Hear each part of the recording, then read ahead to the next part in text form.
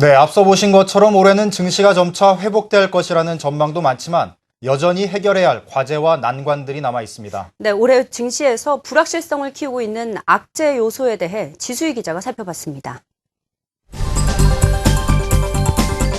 진정된 것 같은 세계 경제. 하지만 아직 낙관하기엔 이릅니다.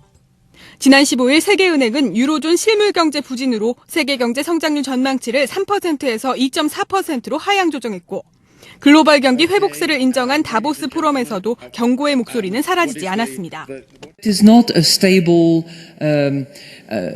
landscape and a walk in the park for the year 2013, but it's a lot better than what they have had in 2012. 세계 경제의 두 축인 미국과 중국도 여전히 불안한 모습을 보이고 있습니다.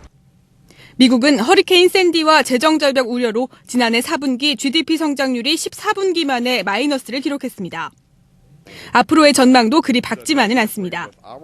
미국 같은 경우에는 재정 문제를 두고 신용평가사들이 미국의 신용등급을 단기적으로 강등할 가능성이 있고요. 지금까지 공격적인 금융 완화를 해왔었는데 이러한 정책들이 철회될 거다. 즉 양적 완화 정책이 철회될 거다라고는 전망들이 주식시장에 반영될 가능성이 있겠다. 중국도 8분기 만에 경제 성장률이 상승 반전했지만 성장세는 둔화될 것이라는 게 대체적인 시장 전망입니다. 국제 변수 이외에도 수출 비중이 큰 우리나라 자체의 경제 구조도 최근의 원화 강세와 엔화 약세 상황에서는 국내 증시 화랑에 큰 걸림돌로 작용할 수 있습니다. 한국 GDP에서 수출이 차지하는 비중은 60%에 육박합니다. 외환위기 이후 급격하게 늘어나기 시작한 수출 비중은 2008년부터 50%를 훌쩍 넘어섰습니다.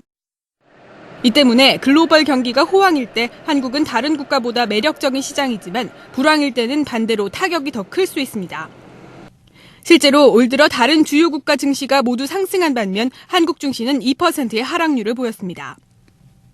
환차익 매력이 없어지자 외국인들은 주식을 내던졌고 엔화 약세는 우리 수출주에 큰 타격을 입히고 있습니다. 여기에 일본 아베 정권은 경기 부양을 올해도 지속할 예정이어서 우리 증시에 큰 부담으로 작용하고 있습니다. 일본과의 수출 경합을 벌이는 과정에서 지금 한국 증시 매력도가 다소 떨어진 거기 때문에요. 일단은 경기가 개선된다고 무조건 한국 증시가 같이 살아난다고 보기에는 아직 좀 고려해야 될 변수가 많은 상황입니다. 이런 가운데 시장의 희망으로 여기던 새 정부에 대한 기대감도 속단하기에는 이릅니다. 박근혜 대통령 당선인이 내수를 살리고 증시를 부양하기 위한 의지를 내비치고 있지만 비중이 큰 복지정책 공약의 재원 마련은 재정 부담으로 작용할 수 있습니다. 아직 각종 부동산 대책이라든지 또 중산층 복원을 위한 각종 대책의 재원 자체도 역시 좀 불확실한 부분들이 있기 때문에 그러한 부분에서 본다면 이제 신정부 출범 직후에 나올 각종 대책이 과연 실효성이 있냐 하는 부분이. 이 같은 위기를 벗어나기 위해 금융투자업계는 지난해부터 다양한 논의를 진행하고 있습니다. 특히 투자자의 시장에 대한 신뢰 회복은 가장 먼저 해결해야 할 과제입니다.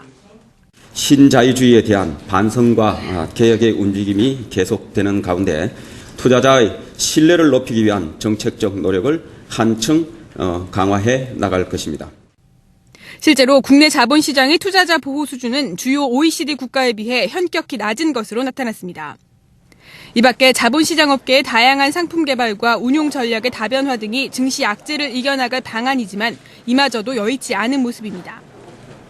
시장에서는 업계와 금융당국의 노력이 더해져 불황이라는 어두운 터널을 하루빨리 빠져나갈 수 있기를 기대하고 있습니다. 한국경제TV 지수희입니다.